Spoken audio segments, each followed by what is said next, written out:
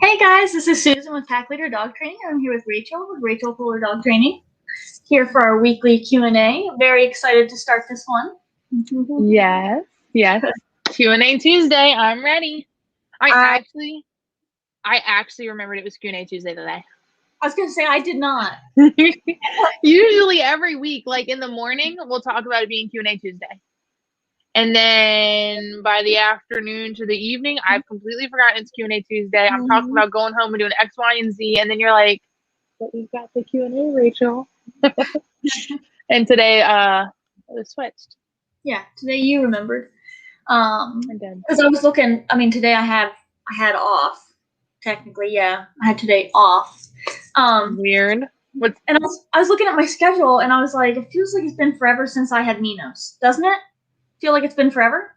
like 4 weeks? It was last Friday. Like literally Like 5 days Friday, ago. Friday, like a couple of days ago. Yes, I think you should double check your calendar. I did. I did. What? Yeah. Crazy. Time weirds me out. Time doesn't even exist. Yeah, it Wow. weirded me out because I looked at it several times. Wow. Because today's wow. But it also only feels like you only had him for 1 week. And how long was this? It was a 3-week train while you work, right? Yeah, 3 weeks. It feels like you had him for a week, but that he left a long time ago. Like 4 weeks ago, yeah. Wow. And I get Kira on Friday, so that'll be exciting to see how big she's gotten. Yes, I'm excited to see how she does too. And like just how big she is. Yeah. I think I will restart her training though. Like I'll start, you know, I'll like just take her through the steps. Yeah. Yeah. So for anyone who is watching and doesn't know, Kira went through Susan's one-on-one course with her. So she were working with the owners, but they thought the boarding train would be beneficial for like proofing and all that good stuff. Yeah, yeah. They wanted to have her proof because they're going on vacation I think next month, so they want her to be ready, hopefully to go with them. Mm-hmm. But one thing I noticed when we were working with her, one thing I noticed when we were working with her, her levels on the e-collar were high, higher than like 30, 35, and she's still like, eh. So I'm like, I don't really like that. Right. So that's why I want to start. Well, I'll do food luring quick. Enough. I'll do food luring quick and then, leash pressure e-collar. Probably move quicker than a green dog. Why do they say green? Okay. I don't know. But yeah, so for anyone who doesn't know, talking about e-collar levels, we find a lever that works for the dog. And in that time, 35, she kind of cared about it, I guess. But the way we train and the way we pattern the e-collar and do so many reps patterning it the way we do, usually teaches dogs, hey, you've got full control over this. So you can turn this off way low levels, like a 10.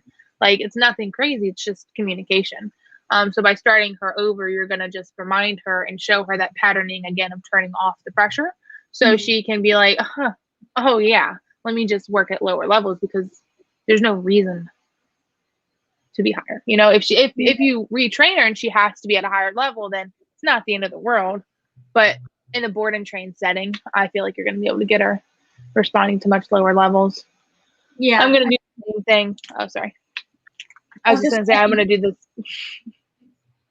We're lagging a lot today. I was saying I'm just going to do the same thing with SJ, a dog I have right now. She went through training with me a year ago. It's crazy. I'm getting the time hops and memories of my training with her from a year ago, which is the first time I've had that because I've only had my business page for a year.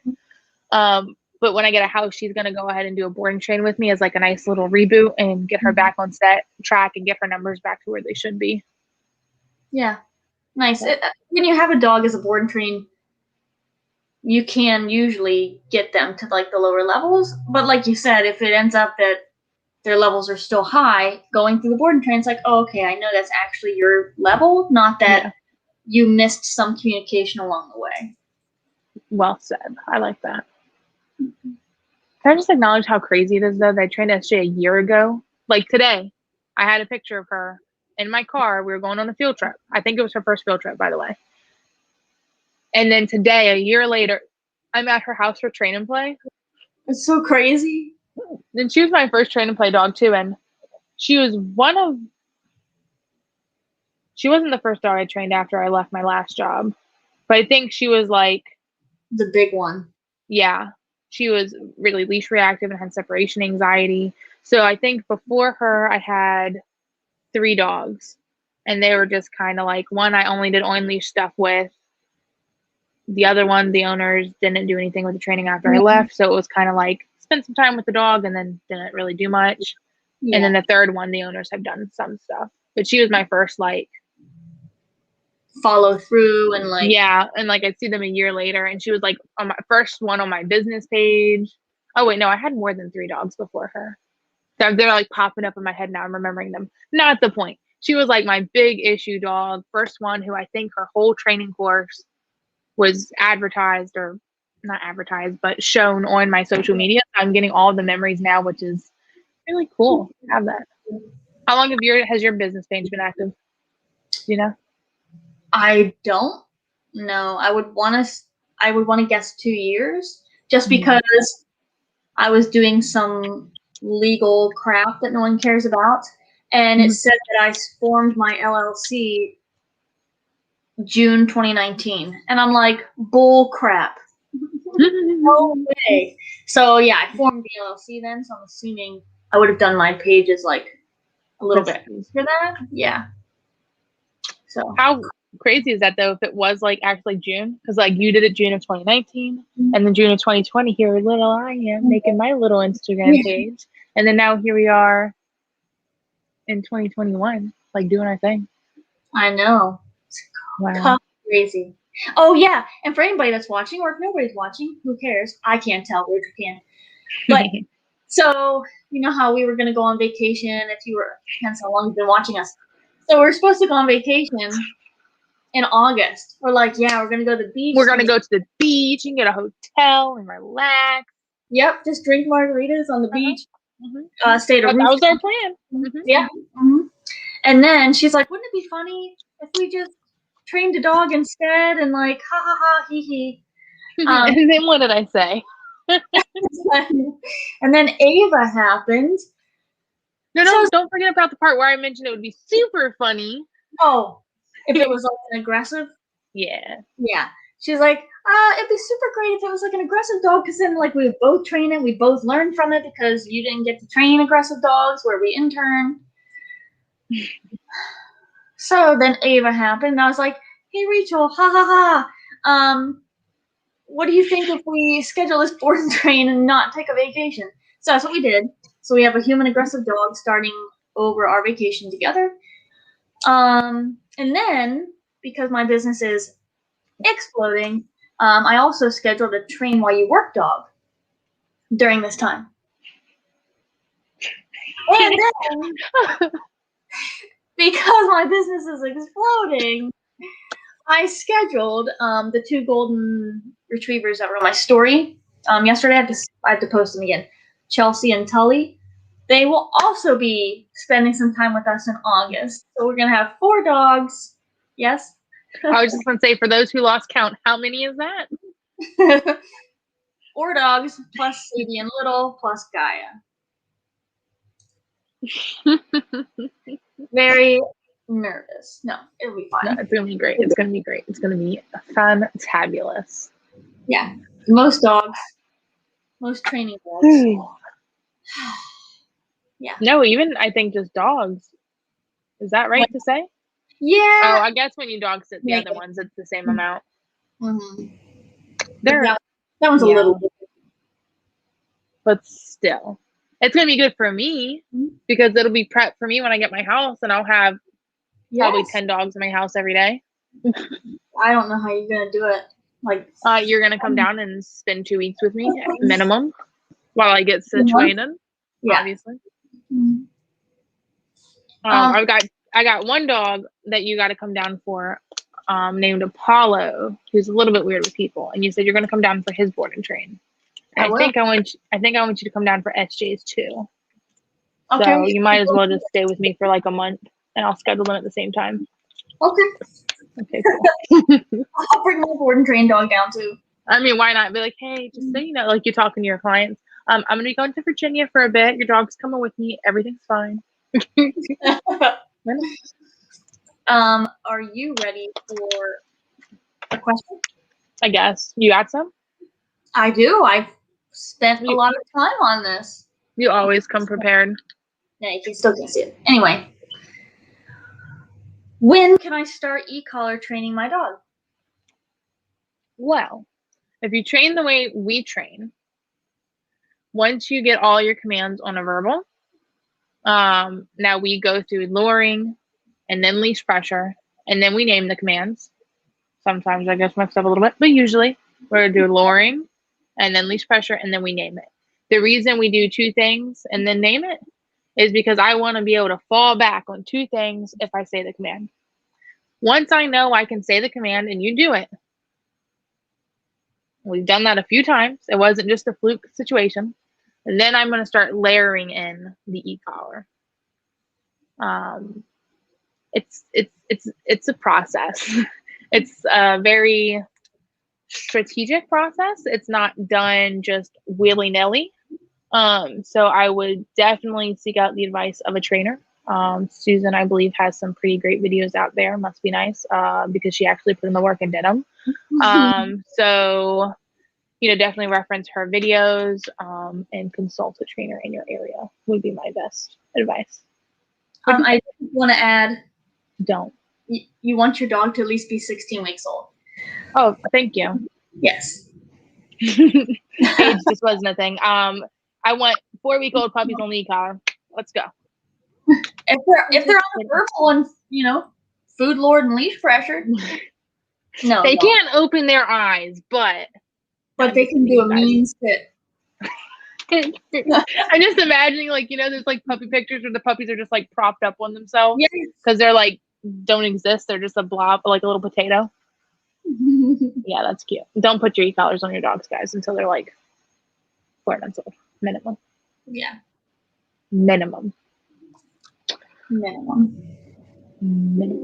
Do you have any questions? Susan, let me tell you how unprepared I am. Yes. I can't even tell you how unprepared I am. That's how unprepared I am. Blank sheet of paper in front of you, so at least you tried. Got a to-do list, and another to-do list, and another to-do list, and another to-do list. Oh my God, that's my freaking life, Susan. Let me think. All right, so let's have a little chatty chat.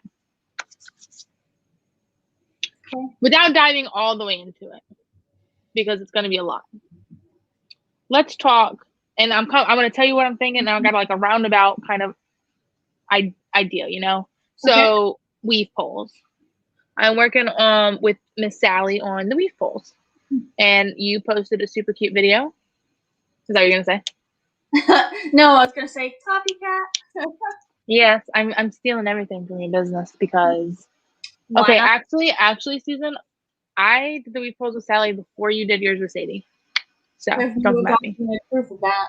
Actually, there is, because I got a picture on my phone. I'll fight you about that later. Anyways. So weave poles, right?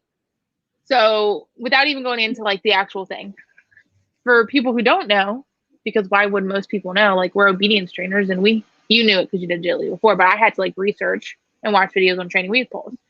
When you train a dog how to do the weave poles, it's not, you don't set the poles up in a straight line and then just lure your dog through the poles. You stagger them whichever way you choose to train. And you slowly build up to that. And I don't really have a question here, but I think it's just it's an interesting thing because I think it's kind of a good metaphor for dog training because it's not just, hey, here's that end result. It's we have to build up to that. So we have to break it down and do these little itty bitty things first and build up to that straight line. Quick. Emily says, good afternoon, ladies. Hello, Emily. Hey, Emily. Thank you for hopping on and saying hello. But you know what I mean? I was thinking about that today because I was talking to Sally's mom about it because she had tried to lure her through the weave poles because she's having fun with her. If Sally's having fun, I don't care. Go for that all day. But to get that end result, it's broken down into like teeny tiny little steps. And I just find that really fascinating. Mm-hmm. Well, like the weave pole is really daunting to me because you can't. Yeah, they are. You can't have them in a straight line. You have to start with them staggered and like build up to moving them to where it ends up looking like this. Mm-hmm.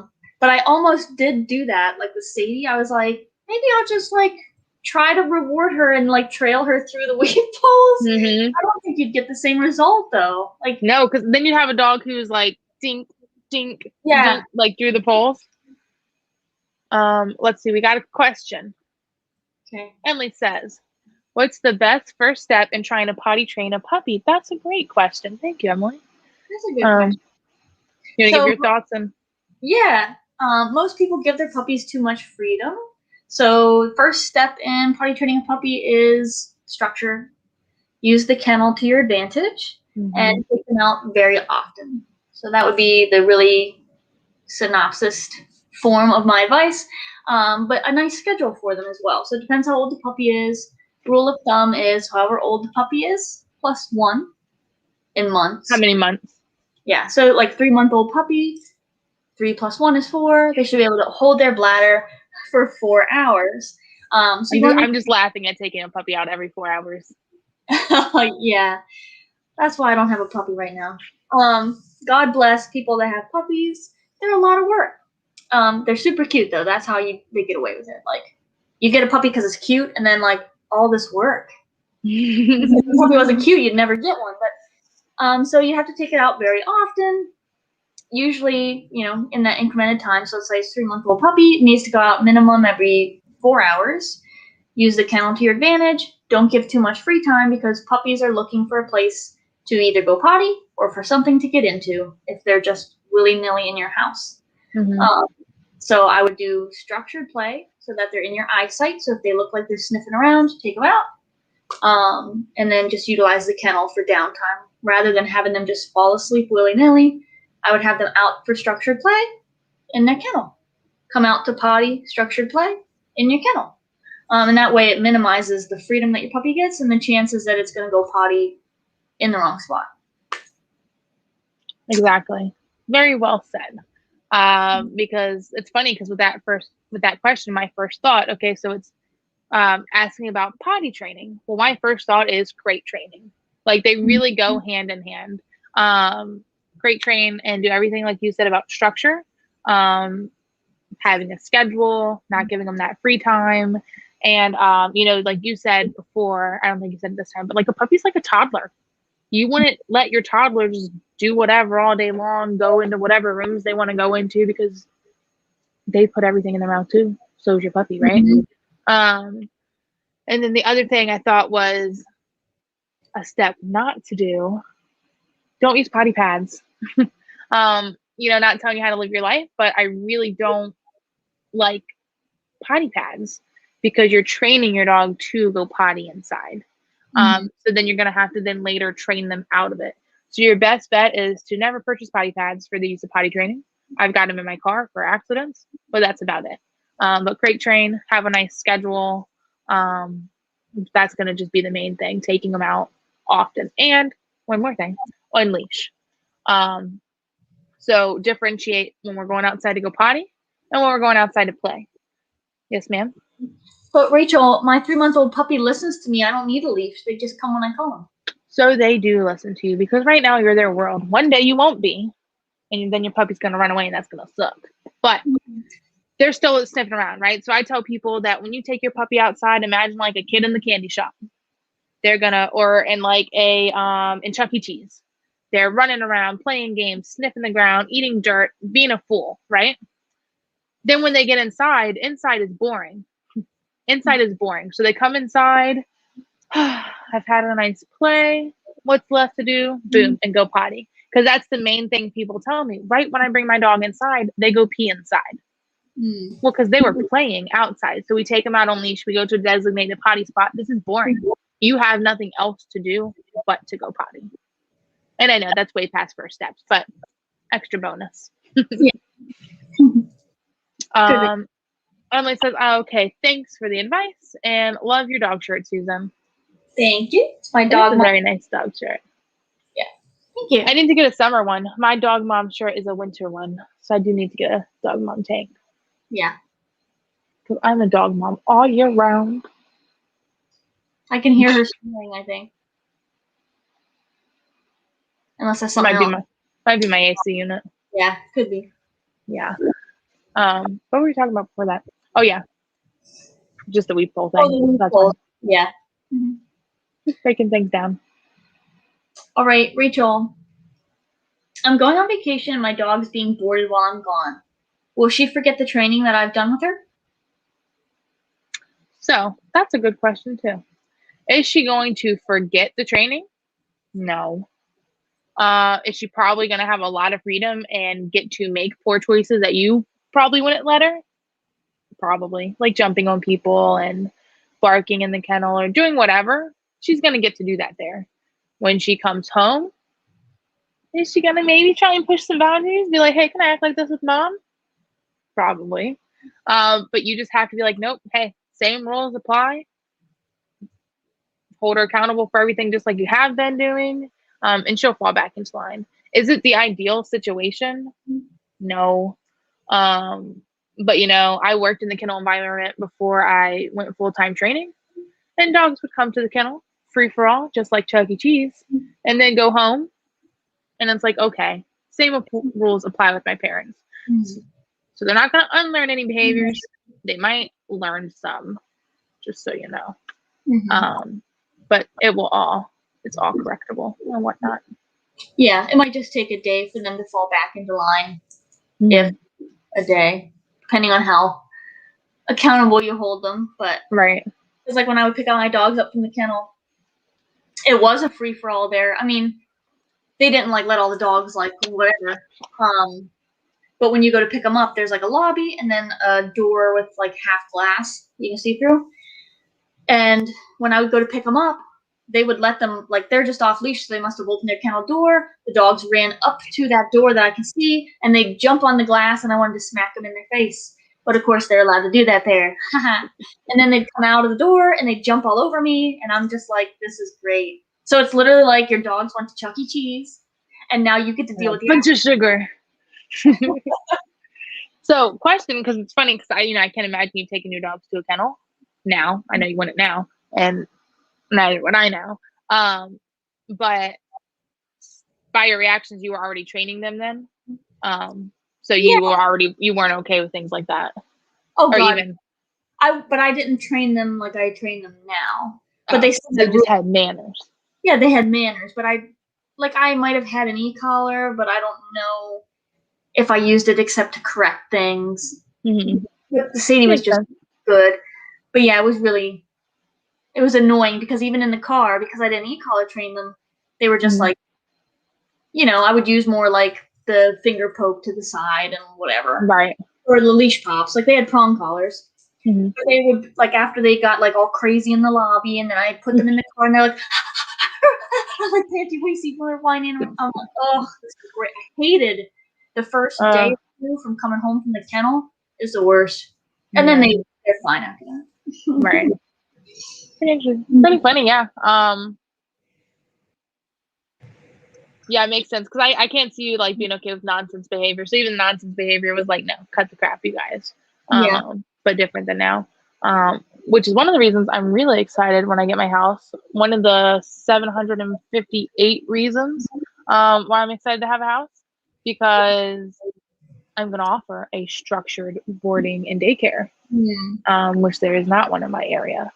So your dog not only is going to have physical exercise, running around like a fool all day, they're going to get mental exercise of training. And then we're going to have nice, structured, safe, happy playtime. And then some training. Perfect. I'm really excited about that. Mm-hmm.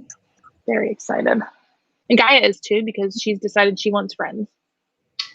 Aw, because she's really loving the dog quality time she's been having lately.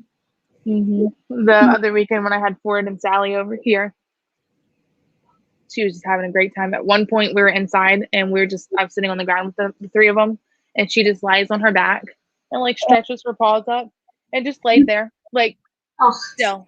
And Ford and Sally were just lying down like normal dogs next to her, and she's just like, "Hey guys," So cute. Super cute. You want one more question before we're done? Yeah, let me get one more. Okay. I'll pick an easy one for you. Thank you. Are any of them easy? How do I get my dog to come when called outside? She runs all over the yard like it's a game of chase. Because it is a game of chase. Train recall. Thank you. That was easy. No. So that's final picture, right? So thinking back to our weave pole thing, your dog's outside off leash running around. You want to recall her and you want her to get to you. That is me wanting Sally to go straight through the weave poles. Not going to happen like that. You got to separate them weave poles, my man. So bring your dog inside. Oh, that could be our new thing. Separate them weave poles. Separate them weave poles. I'm going to say that and someone's going to be like, what the hell are you talking about? We need that on a pillow. Separate them weave poles. I need to make a note. Side note, I've embroidered before, and I used Cricut to make things. And I've told Susan when I get my house, I'm gonna just have a bunch of throw pillows that say stupid stuff. Separate them weave poles, Susan. Yeah.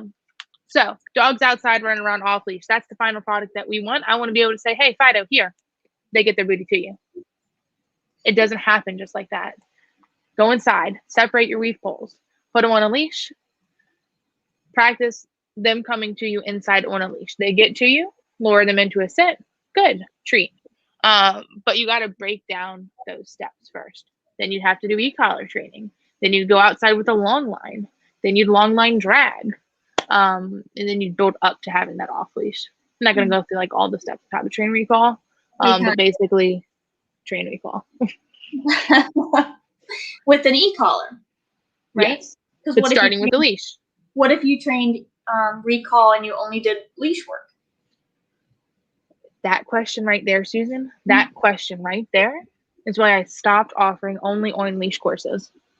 Because training recall on an only on leash course is a joke.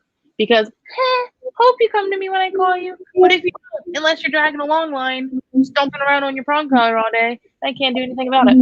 Mm-hmm. You can give your dog a really good idea. Like, if you are absolutely not comfortable e-collar training, can't hire a trainer, sure. You can use a leash. Lots of really great reps of your dog coming to you, rewarded heavily when they get to you and said, everything great, lots and lots and lots of reps. Then outside with the long line, lots and lots and lots and lots and lots and lots of reps with high value treats. And then hope when you call them off leash that treat is more valuable than whatever they were doing before. Mm-hmm. But if you don't have that leash on and you've only on leash trained, if they don't come to you, you can't do anything other than not give them that treat, which they're fine with because they didn't come to you to get it. Right.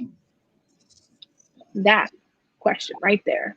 Because I used to offer only on leash courses because people wanted a cheaper course, which is funny because I've thought about that, Susan, and I'm like, I can do an on leash course in 1 week, 3 days a week, on leash trained. You're welcome. Let me stop.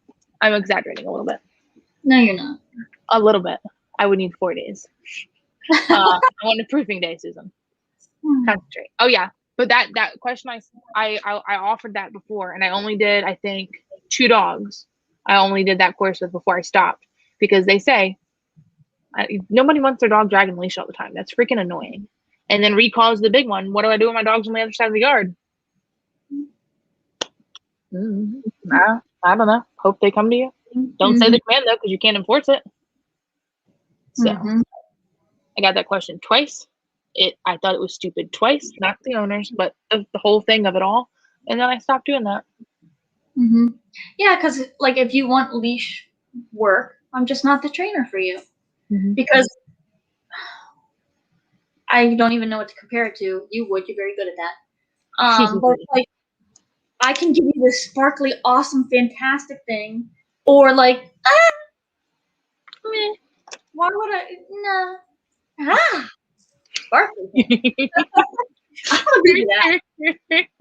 I like that. Yeah, it's just like there's off leash training takes it from exactly a to a like, and like my business, our training is, I'm not giving you this. You can get that from someone whose training is that, but our training is sparkly awesome. Yeah. Just saying. I did, now that we're over the 30 minutes, real quick. When I was doing my consult with Chelsea and Tully, she's like, it is significant money, and it's worth it if I'm gonna get results. And I said, your dog's gonna do, they're gonna do awesome. I can't promise you anything because it's a creature, blah blah blah. But I'm like, they're gonna do awesome. It's gonna be dependent on you continuing it after I do it. So like, I'm like a personal trainer. I'm gonna get your body fit, right? I'm gonna get your dog on point. And now you have to make it a lifestyle and take it further. But I did tell her after that, I said, my training's really magical. Like, it really is. But for you to keep the magic, you need to do consistency, black and white, and structure or whatever I said. But I did tell her, like, it is magical. Like, it will be magical, but there's work in it. Mm-hmm. I like that because it is magic. I mean, we look at the things that you do with the dog in 2 weeks. You're insane, right? Well, so her one dog pool is really, really bad. They can't walk her.